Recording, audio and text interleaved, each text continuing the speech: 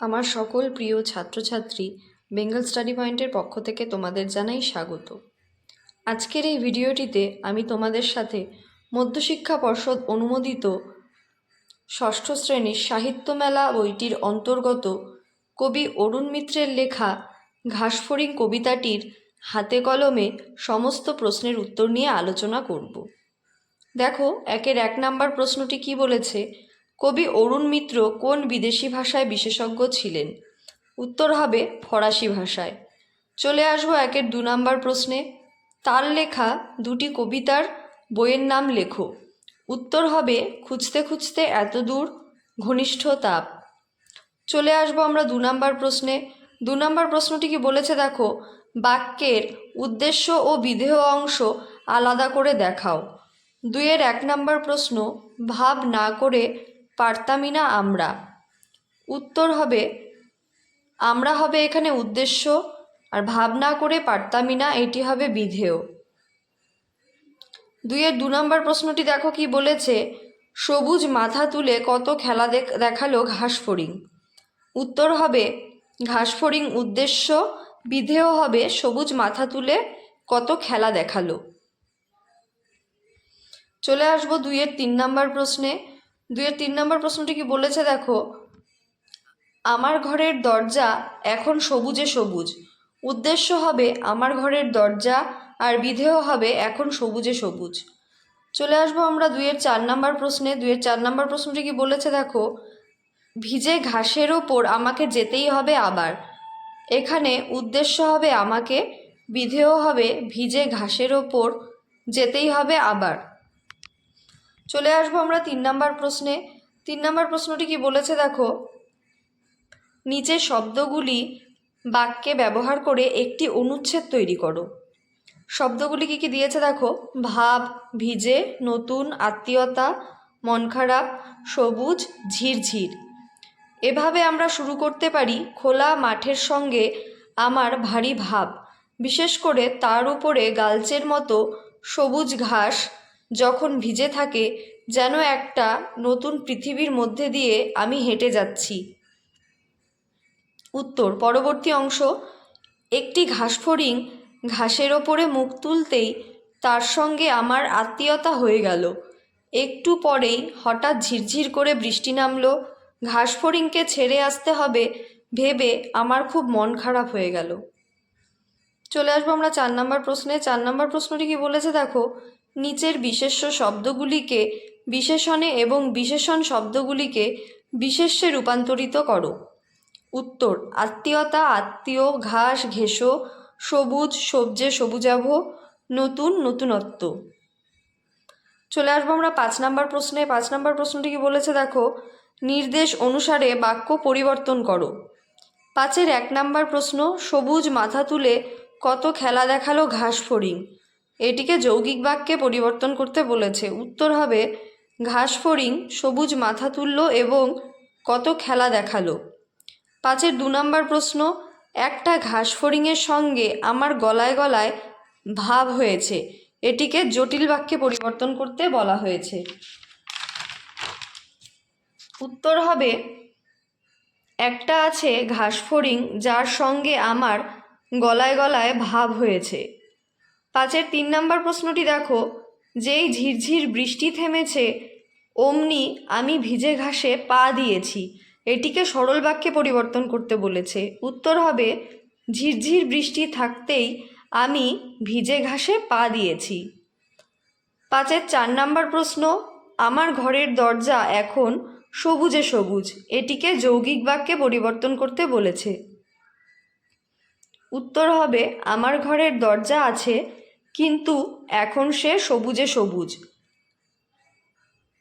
চলে আসবো আমরা 6 নাম্বার প্রশ্নে। 6 নাম্বার প্রশ্নটি কি বলেছে দেখো, নিচের বাক্যগুলি থেকে শব্দ বিভক্তি এবং অনুসর্গ খুঁজে নিয়ে লেখো।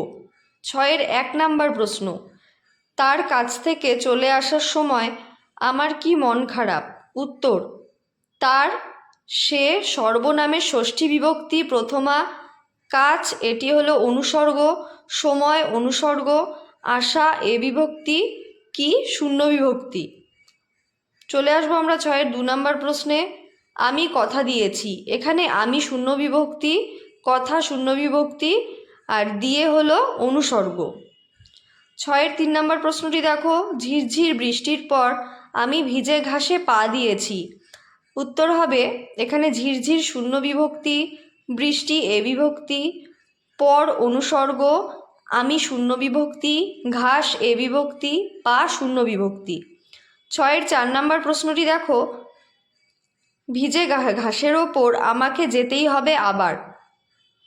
উত্তর হবে ভিজে শূন্য বিভক্তি, ঘাস এ বিভক্তি, ওপর অনুসর্গ, আশা কে বিভক্তি, আবার অনুসর্গ। চলে আসবো আমরা 7 নম্বর প্রশ্নে। 7 নম্বর প্রশ্নটি কি বলেছে দেখো, নিচের প্রশ্নগুলির নিজের ভাষায় উত্তর লেখো। 7-এর 1 নম্বর, কবির সঙ্গে ঘাসফড়িংয়ের নতুন আত্মীয়তা কিভাবে গড়ে উঠল।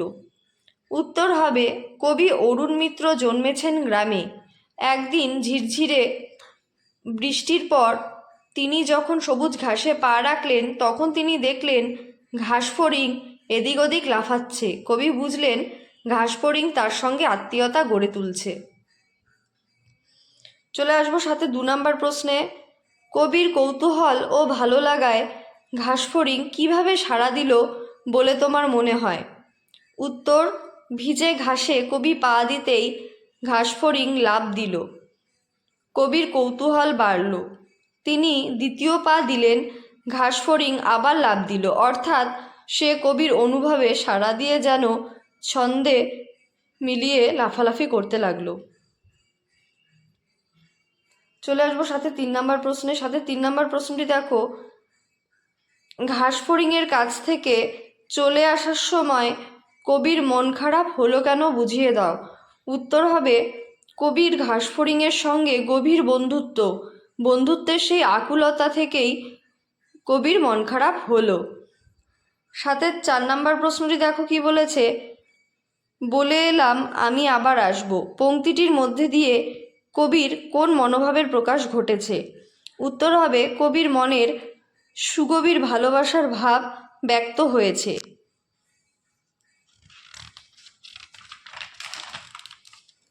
7-এর 5 নম্বর প্রশ্ন, আমার ঘরের দরজা এখন সবুজে সবুজ। কবির এরূপ সবুজের সমারোহ দেখার কারণ কি। উত্তর হবে কবি অরুণ মিত্র ভিজে ঘাসে যখন ঘাসফড়িংয়ের সঙ্গে বন্ধুত্ব করলেন তখন থেকেই তার ছবিটি কবির হৃদয়ে গাঁথা হয়ে আছে। তাই অনেক দূরে থেকে কবি যখনই ঘাসফড়িংয়ের কথা মনে করলেন তখনই তিনি দেখতে পেলেন যেন তার দরজায় সামনে ঘাসফড়িং এসে কবির জন্য অপেক্ষা করছে। 7-এর 6 নম্বর প্রশ্ন। 7-এর 6 নম্বর প্রশ্ন, ভিজে ঘাসের ওপর আমাকে যেতেই হবে আবার। কোন ভিজে ঘাসের ওপর কবিকে ফিরতেই হবে, সেখানে তিনি যেতে চান কেন। উত্তর দেখো, ঝিরঝির বৃষ্টির পর ভিজে ঘাসের ওপর পা দিয়ে কবির সঙ্গে ঘাসফড়িংয়ের গভীর বন্ধুত্ব গড়ে উঠেছিল। তাকে কবি কথা দিয়েছেন তার কাছে তিনি আবার যাবেন। তার কথা মনে পড়তেই তিনি বলেছেন তার কাছে তাকে যেতেই হবে। সেখানে তিনি যেতে চান তার হৃদয়ের গভীর ভালোবাসার টানে। 7-এর 7 নম্বর প্রশ্নটিতে আমরা চলে যাব। 7-এর 7 নম্বর প্রশ্নটি দেখো, প্রকৃতির প্রতি ভালোবাসার নিবিড় টান কীভাবে কবি অরুণ মিত্রের ঘাসফড়িং কবিতায় প্রকাশ পেয়েছে তা নিজের ভাষায় লেখো। উত্তর হবে কবি অরুণ মিত্র প্রকৃতি প্রেমিক। বাংলার সবুজ গ্রাম তার বাল্যসঙ্গী, অন্তরের বন্ধু। যৌবনে তার মনে প্রিয়তমার স্পর্শ অনুভব করিয়েছে। তাই তার হৃদয়ে গ্রাম বাংলার সবুজ গাছপালা, কীটপতঙ্গ প্রতিটির অন্তরঙ্গ ছবি জেগে উঠেছে। তাদের প্রতি তার সুগভীর ভালোবাসার টানে ক্রমাগত বেড়ে উঠছে। আজকের ক্লাসটি আমি এখানেই শেষ করলাম। আমার ভিডিওটি যদি তোমাদের ভালো লেগে থাকে তাহলে অবশ্যই সাবস্ক্রাইব করে দিও আর লাইক, কমেন্ট, শেয়ার করতে ভুলে যেও না।